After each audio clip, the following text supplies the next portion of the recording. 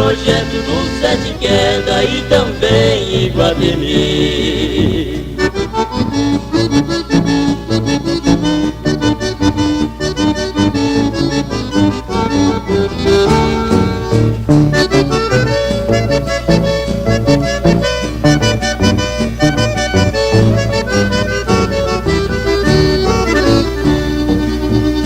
Eu voltei pra Eldorado, Amapá e Carapó.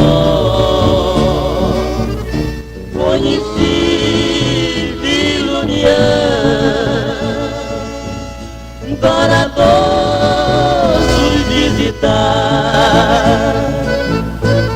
Cidade de Antônio João, Bela Vista e Corumbá, Anastácia, Quinoana, de lá fui pra Cuiabá.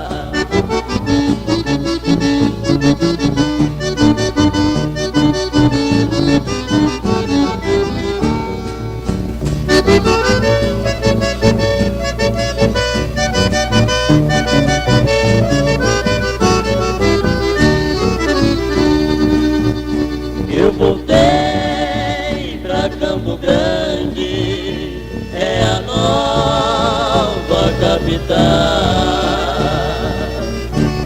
do Mato Grosso do Sul. É a mais linda que eu já vi.